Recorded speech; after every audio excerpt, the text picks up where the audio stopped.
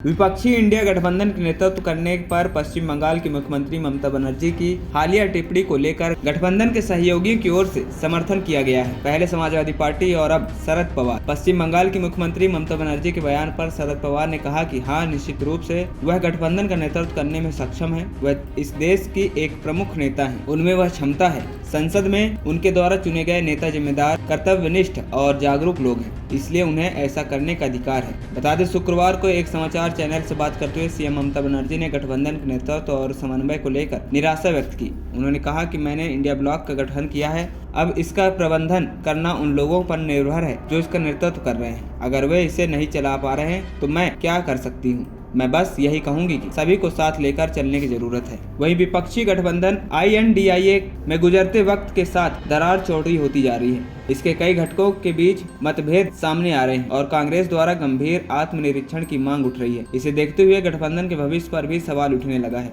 अदानी मुद्दे पर विशेष विरोध प्रदर्शन के दौरान समाजवादी पार्टी और तृणमूल कांग्रेस को अपने अन्य सहयोगियों के साथ नहीं देखा गया। संसद के अंदर और बाहर दोनों जगह कई मुद्दों पर इंडिया के घटक दलों के बीच मतभेद है। खासकर हरियाणा और महाराष्ट्र में कांग्रेस की करारी हार के बाद अब अन्य पार्टियां भी गठबंधन के भीतर अपनी ताकत दिखाने लगी हैं। बंगाल के मुख्यमंत्री और तृणमूल कांग्रेस सुप्रीमो ममता बनर्जी ने गठबंधन के नेतृत्व पर नाराजगी जताते हुए इसकी अगुवाई करने की इच्छा जता दी है। उन्होंने यहां तक कह दिया है कि कमान मिलने पर वह इसे बंगाल से ही चला सकती हैं। ममता का निशाना कांग्रेस पर बताया जा रहा है, इससे उनकी पार्टी फिलहाल दूरी बनाकर चल रही है। वहीं इन सब के बीच ममता के बयान पर कांग्रेस ने कड़ी प्रतिक्रिया जताई है। बंगाल कांग्रेस के प्रवक्ता सौम्यराज आइच ने कहा कि कांग्रेस और उनकी सहयोगी पार्टियां पूरे भारत में भाजपा के खिलाफ लड़ रही हैं, जबकि ममता का भाजपा विरोध सीजनल पॉलिटिक्स की तरह है। वह कभी इंडिया में है तो कभी नहीं। उनकी पार्टी संसद में अदानी के खिलाफ कुछ नहीं बोल रहा। ममता भाजपा के खिलाफ चुप रहेंगी और इंडिया का नेतृत्व भी करना चाहेंगी। ये दोनों चीजें एक साथ नहीं हो सकती।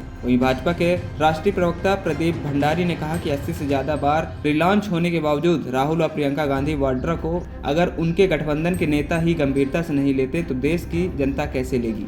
जो लोग एक दूसरे की राजनीति जमीन कमजोर करने में लगे हैं, वे जनता की सेवा नहीं कर सकते। पीएम मोदी हमेशा यही कहते रहे हैं कि यह गठबंधन अहंकारी है, जिसमें लोग एक दूसरे के खिलाफ खड़े हुए हैं। चुनाव के बाद गठबंधन टूट जाता है और इसके सदस्य आपस में ही लड़ने लगते हैं। इस बीच सूत्रों के हवाले से खबर है कि ममता तृणमूल में व्याप्त अंतर्द्वंद को देखते हुए जनवरी में पार्टी का विशेष अधिवेशन बुलाने की तैयारी कर रही है। इसमें पार्टी के समस्त सांसद, मंत्री, विधायक, नगर निकायों व पंचायतों के प्रतिनिधि उपस्थित रहेंगे। अधिवेशन में ममता अंतर्द्वंद पर लगाम लगाने के लिए कई बड़े फैसले ले सकती है। बंगाल में 2026 में होने वाले विधानसभा चुनाव के लिए कार्यसूची की भी घोषणा की जा सकती है। ANP टाइम्स की रिपोर्ट।